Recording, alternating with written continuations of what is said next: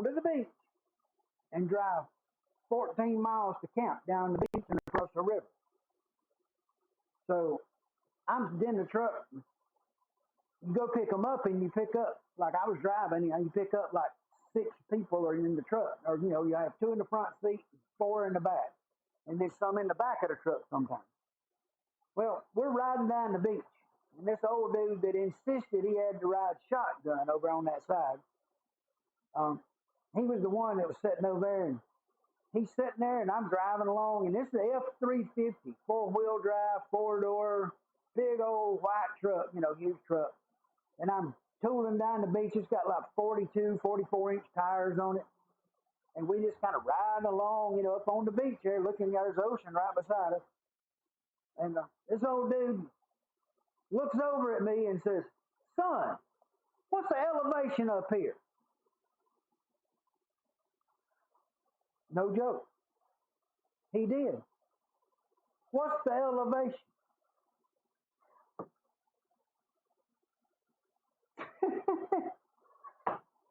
It was funny. You should have seen them dudes in that truck with me. After I had to stop the truck and get out because I was laughing so hard. And they all started laughing, and one of them, they wanted to get out and pee because they was all about to pee themselves. But I was riding along, and he said that, and I just looked over at him, and I looked back over at the ocean. I looked over at him again, looked at the ocean, and I said, "About 8 feet where my butt was sitting," and just kept a driving. No joke. That was, oh man, we had some real winners up there at the camp, let me tell you. Go prospecting people. I love them sometimes. Maybe. Maybe I love them. Mark, I think that's going to work. Let me grab a razor knife, take off some of these big chunks.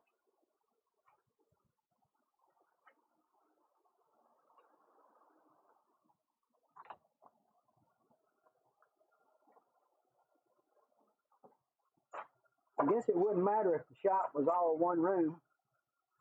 I'd still have to go this far across the room to go to where the tools are.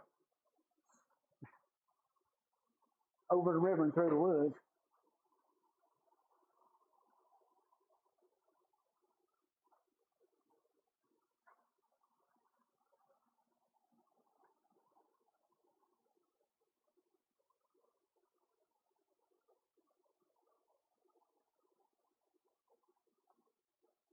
Yeah, Mark, I got several people wanting me to do these bodies for them, and I told them, I said, I can do them, but I ain't going to do you like a Telecaster or a Les Paul and not just copy. I ain't going to copy one of those. You'll have to give me your original design, or we'll make original design, because I ain't getting in trouble with them.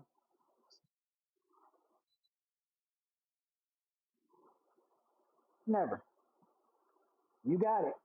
It's always that way, brother.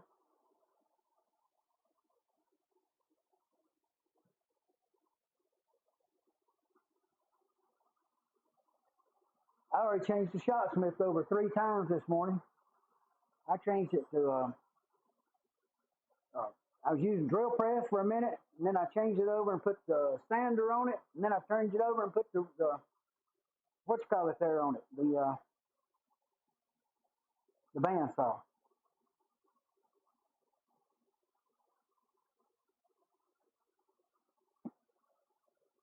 Sorry about that. Didn't mean to spit here.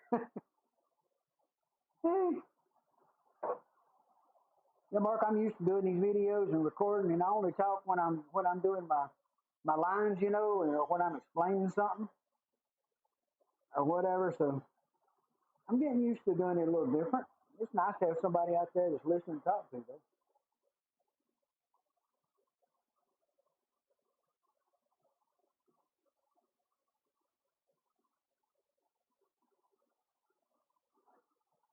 Now, you see this bandsaw?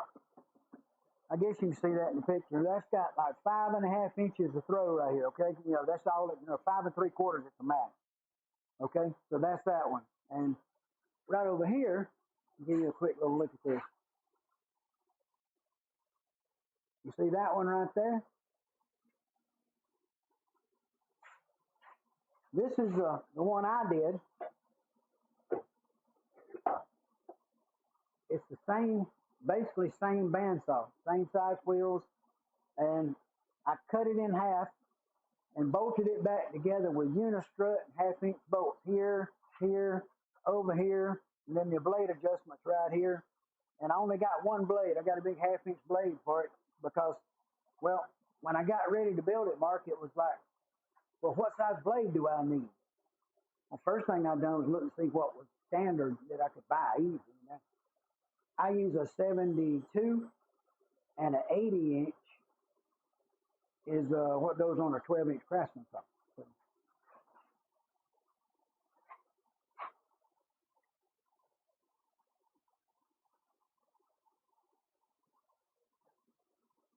So Craftsman saw blades are pretty easy to come by.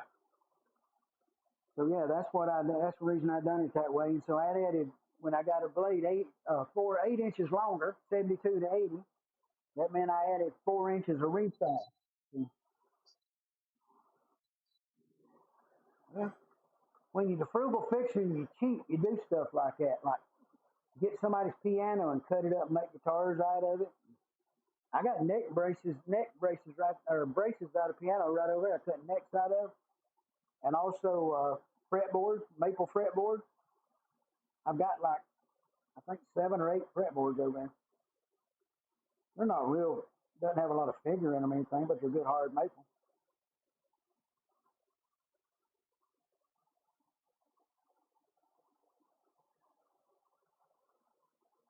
Okay. Now, anything here we need to worry about? I don't think so.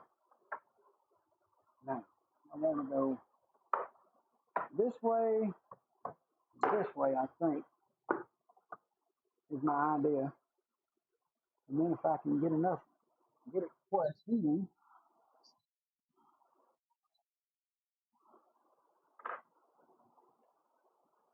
there we go. Like this.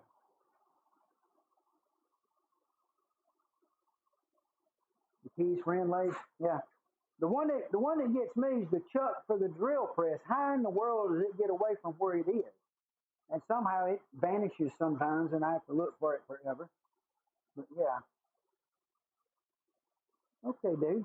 I think I'm just gonna put me a few dabs of super glue on there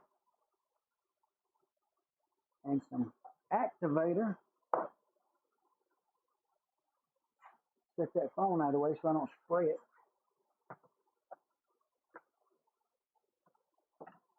Yeah, I think that might be the best way to do this. Okay. Now, Mark, I'm gonna do my lines from my YouTube video that quick, just so you'll know.